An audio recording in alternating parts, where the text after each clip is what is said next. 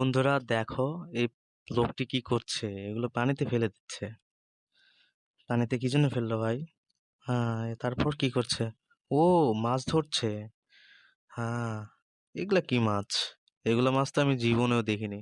তোমরা যদি দেখে থাকো কমেন্ট বক্সে জানিয়ে দাও। হ্যাঁ, এই মাছটা চেনা চেনা লাগছে। এটা তো তেলাপিয়া মাছ, তাই না? এটা তেলাপিয়া মাছ। তারপর তারপর অনেক মাছ পেয়েছে সে। ওয়াও, ওয়াও, কি সুন্দর মাছ! তোমাদের সুন্দর লাগলে কমেন্টে জানিয়ে দাও অবশ্যই।